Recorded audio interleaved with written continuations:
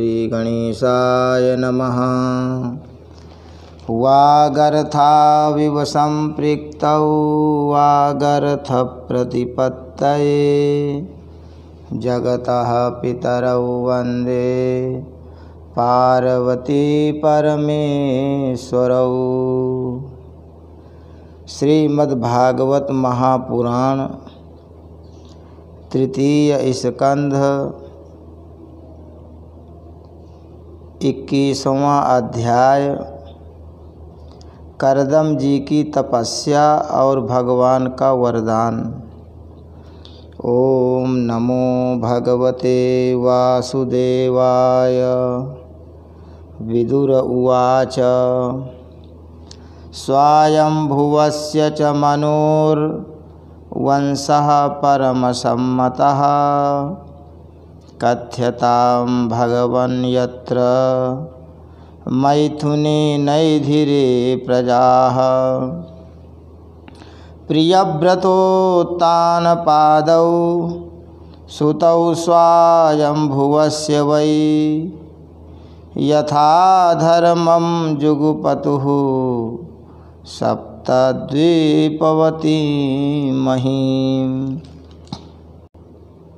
विदुर जी ने पूछा, भगवान, स्वयंभुव मनु का वंश बड़ा आदरणीय माना गया है। उसमें मैथुन धर्म के द्वारा प्रजा की वृद्धि हुई थी। अब आप मुझे उसी की कथा सुनाइए। ब्रह्मन, आपने कहा था कि स्वयंभुव मनु के पुत्र प्रियव्रत और उत्तानपाद ने सातों द्वीपों वाली पृथ्वी का धर्म पूर्वक पालन किया था तथा उनकी पुत्री जो देवहूति नाम से विख्यात थी करदम प्रजापति को ब्याही गई थी। देवहूति योग के लक्षण यमादि से संपन्न थी। उससे महायोगी करदम जी ने कितनी संतानें उत्पन्न की, वह सब प्रसंग आप मुझे सुनाइए। मुझे उसके सुनने की बड़ी इच्छा है। इसी प्रकार भगवान रुचि और ब्रह्मा जी के पुत्र दक्ष प्रजापति ने भी मनु जी की कन्याओं का पाणी ग्रहण करके उनसे किस प्रकार क्या क्या संतान उत्पन्न की, यह सब चरित्र भी मुझे सुनाइए। मैत्रेय जी ने कहा, विदुर जी, जब ब्रह्मा जी ने भगवान करदम को आज्ञा दी कि तुम संतान की उत्पत्ति करो, तो उन्होंने 10,000 वर्षों तक सरस्वती नदी के तीर पर तपस्या की। वे एकाग्र चित्त से प्रेम पूर्वक पूजनोपचार द्वारा शरणागत वरदायक श्री हरि की आराधना करने लगे। तब सत्ययुग के आरंभ में कमल नयन भगवान श्री हरि ने उनकी तपस्या से प्रसन्न होकर उन्हें अपने शब्द ब्रह्ममय स्वरूप से मूर्तिमान होकर दर्शन दिए। भगवान की वह भव्य मूर्ति सूर्य के समान तेजोमयी थी। वे गले में श्वेत कमल और कुमुद के फूलों की माला धारण किए हुए थे। मुख कमल नीली और चिकनी अलकावली से सुशोभित था। वे निर्मल वस्त्र धारण किए हुए थे। सिर पर झिलमिलाता हुआ सुवर्णमय मुकुट, कानों में जगमगाते हुए कुंडल और कर कमलों में शंख चक्र गदा आदि आयुध विराजमान थे। उनके एक हाथ में क्रीड़ा के लिए श्वेत कमल सुशोभित था। प्रभु की मधुर मुस्कान भरी चितवन चित्त को चुराए लेती थी। उनके चरण कमल गरुण जी के कंधों पर विराजमान थे तथा वक्षस्थल में श्री लक्ष्मी जी और कंठ में कौस्तुभ मणि सुशोभित थीं। प्रभु की इस आकाश स्थित मनोहर मूर्ति का दर्शन करके करदम जी को बड़ा हर्ष हुआ, मानो उनकी सभी कामनाएं पूर्ण हो गईं। उन्होंने आनंद हृदय से पृथ्वी पर सिर टेक कर भगवान को साष्टांग प्रणाम किया और फिर प्रेम प्रवण चित्त से हाथ जोड़कर सुमधुर वाणी से वे उनकी स्तुति करने लगे। करदम जी ने कहा, स्तुति करने योग्य परमेश्वर, आप संपूर्ण सत्व गुण के आधार हैं। योगी जन उत्तरोत्तर शुभ योनियों में जन्म लेकर अंत में योगस्थ होने पर आपके दर्शनों की इच्छा करते हैं। आज आपका वही दर्शन पाकर हमें नेत्रों का फल मिल गया। आपके चरण कमल भवसागर से पार जाने के लिए जहाज हैं।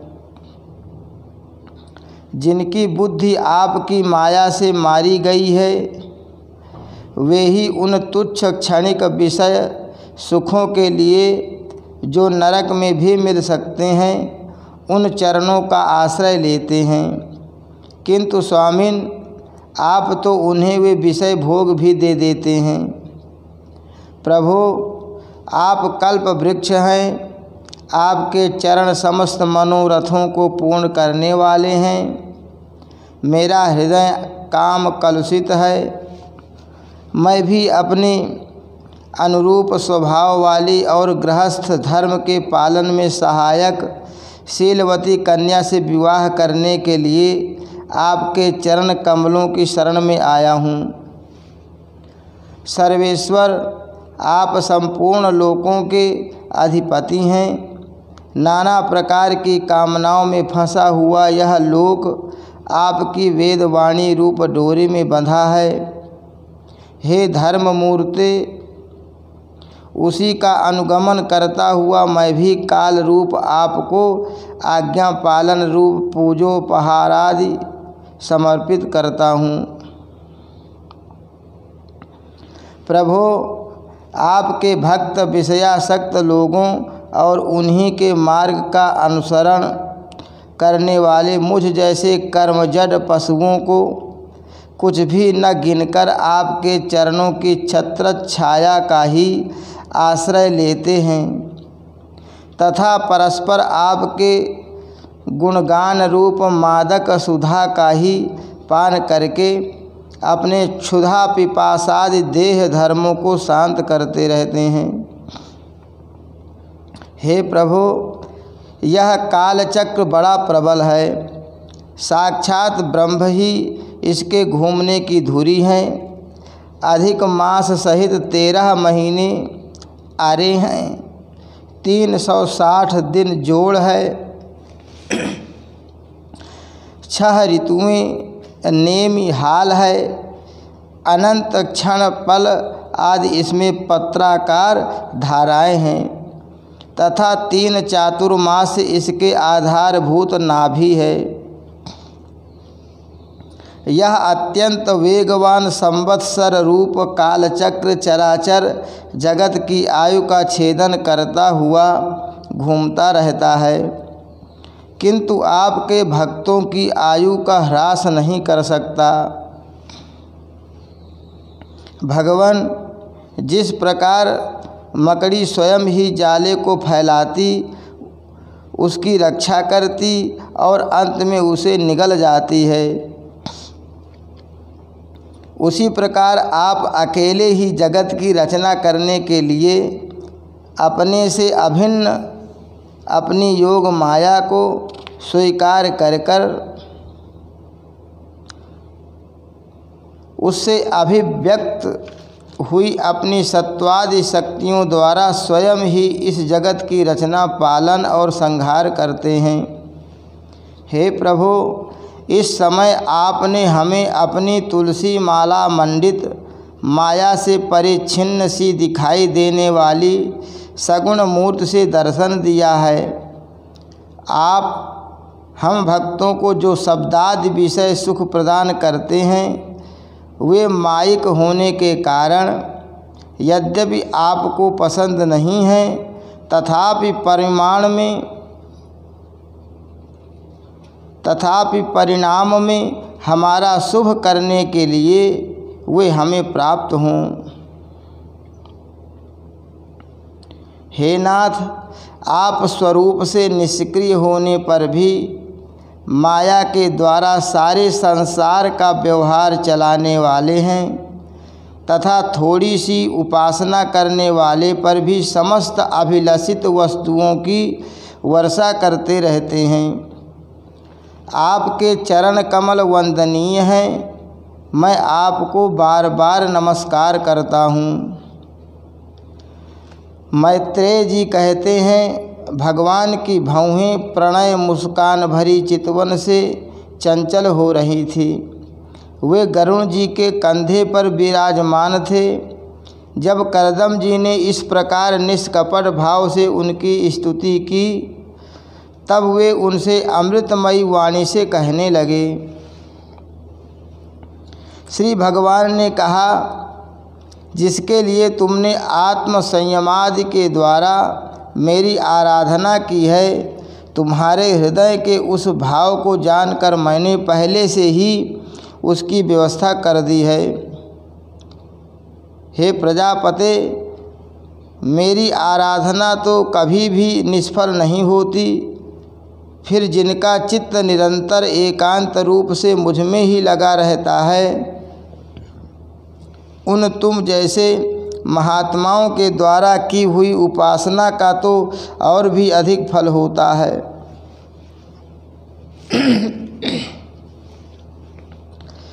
प्रसिद्ध यशस्वी सम्राट स्वयंभुव मनु ब्रह्मावर्त में रहकर 7 समुद्र वाली सारी पृथ्वी का शासन करते हैं। विप्रवर वे परम धर्मज्ञ महाराज महारानी शतरूपा के साथ तुमसे मिलने के लिए परसों यहाँ आएंगे। उनकी एक रूप यौवनशील और गुणों से संपन्न श्यामलोचना कन्या इस समय विवाह के योग्य है। हे प्रजापते, तुम सर्वथा उसके योग्य हो, इसलिए वे तुम्ही को वह कन्या अर्पण करेंगे। ब्रह्मन, गत अनेक वर्षों से तुम्हारा चित्त जैसी भार्या के लिए समाहित रहा है, अब शीघ्र ही वह राजकन्या तुम्हारी वैसी ही पत्नी होकर यथेष्ट सेवा करेगी। वह तुम्हारा वीर्य अपने गर्भ में धारण कर उससे 9 कन्याएं उत्पन्न करेंगी और फिर तुम्हारी उन कन्याओं से लोक रीति के अनुसार मरीचि आदि ऋषिगण पुत्र उत्पन्न करेंगे। तुम भी मेरी आज्ञा का अच्छी तरह पालन करने से शुद्ध चित्त हो, फिर अपने सब कर्मों का फल मुझे अर्पण कर मुझको ही प्राप्त होोगे। जीवों पर दया करते हुए तुम आत्मज्ञान प्राप्त करोगे और फिर सबको अभय दान दे अपने सहित संपूर्ण जगत को मुझ में और मुझको अपने में स्थित देखोगे। हे महामुनि, मैं भी अपने अंश कला रूप से तुम्हारे वीर्य द्वारा तुम्हारी पत्नी देवहूति के गर्भ में अवतीर्ण होकर सांख्य शास्त्र की रचना करूँगा। मैत्रेय जी कहते हैं, विदुर जी करदम ऋषि से इस प्रकार संभाषण करके इंद्रियों के अंतर्मुख होने पर प्रकट होने वाले श्रीहरि सरस्वती नदी से घिरे हुए बिंदुसर तीर्थ से, जहाँ करदम ऋषि तप कर रहे थे, अपने लोक को चले गए। भगवान के सिद्ध मार्ग वैकुंठ मार्ग की सभी सिद्धेश्वर प्रशंसा करते हैं। वे करदम जी के देखते देखते अपने लोक को सिधार गए। उस समय गरुण जी के पक्षों से जो शाम की आधारभूता ऋचाएँ निकल रही थी, उन्हें वे सुनते जाते थे। विदुर जी, श्री हरि के चले जाने पर भगवान करदम उनके बताए हुए समय की प्रतीक्षा करते हुए बिंदु सरोवर पर ही ठहरे रहे। हे वीरवर, इधर मनुजी भी महारानी शतरूपा के साथ सुवर्ण जटित रथ पर सवार होकर तथा उस पर अपनी कन्या को भी बिठाकर पृथ्वी पर विचरते हुए जो दिन भगवान ने बताया था उसी दिन शांतिपरायण महर्षि करदम के उस आश्रम पर पहुँचे।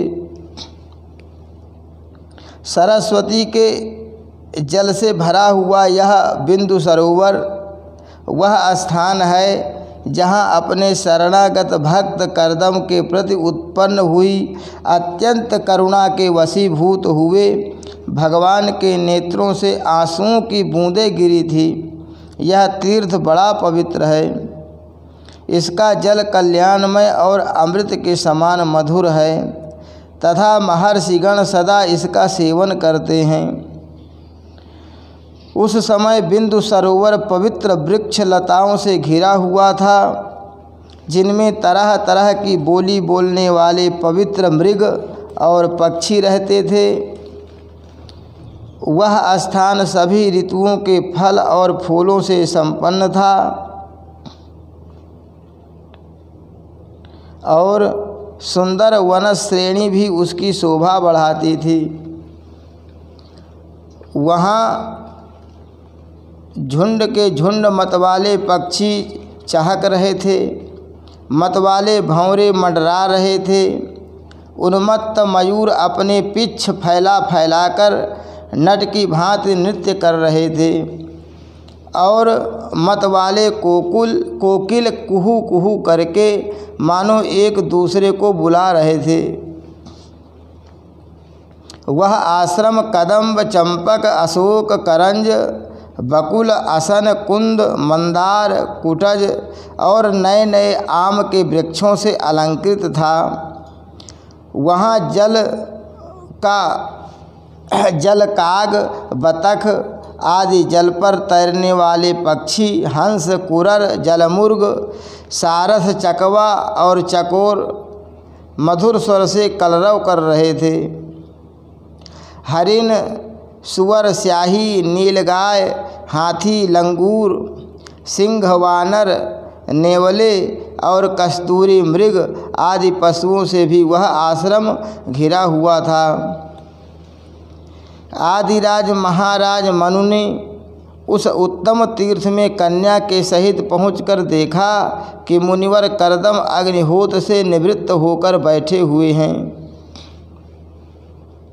वे बहुत दिनों तक उग्र तपस्या करने के कारण वे शरीर से बड़े तेजस्वी दिख पड़ते थे तथा भगवान के स्नेहपूर्ण चितवन के दर्शन और उनके उच्चारण किए हुए कर्णामृत रूप सुमधुर वचनों को सुनने से इतने दिनों तक तपस्या करने पर भी वे विशेष दुर्बल नहीं जान पड़ते थे।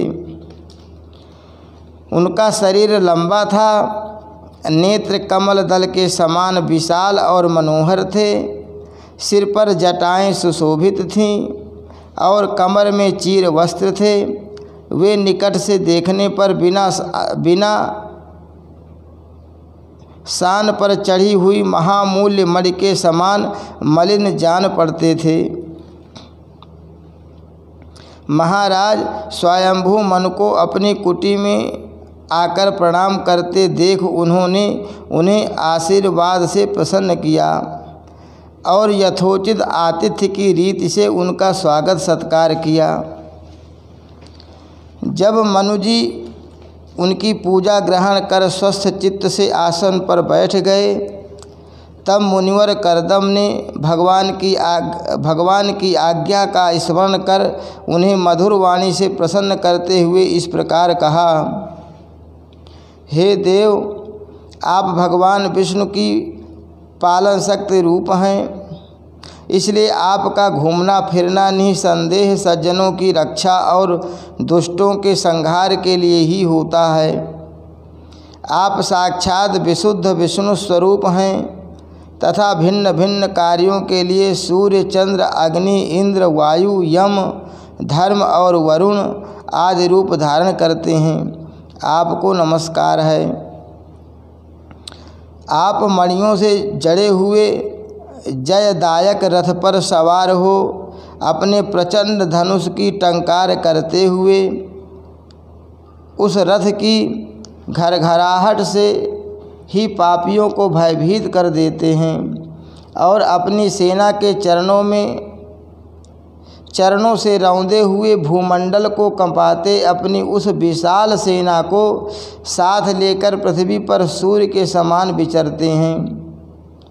यदि आप ऐसा न करें तो चोर डाकू भगवान की बनाई हुई वर्णाश्रम धर्म की मर्यादा को तत्काल नष्ट कर देंगे तथा विषय लोलुप निरंकुश मानवों द्वारा सर्वत्र अधर्म फैल जाए। यदि आप संसार की ओर से निश्चिंत हो जाएं तो यह लोक दुराचारियों के पंजे में पड़कर नष्ट हो जाए। तो भी वीरवर, मैं आपसे पूछता हूँ कि इस समय यहाँ आपका आगमन किस प्रयोजन से हुआ है? मेरे लिए जो आज्ञा होगी उसे मैं निष्कपट भाव से सहर्ष स्वीकार करूँगा। हरि शरणम। श्री कृष्णार्पणमस्तु।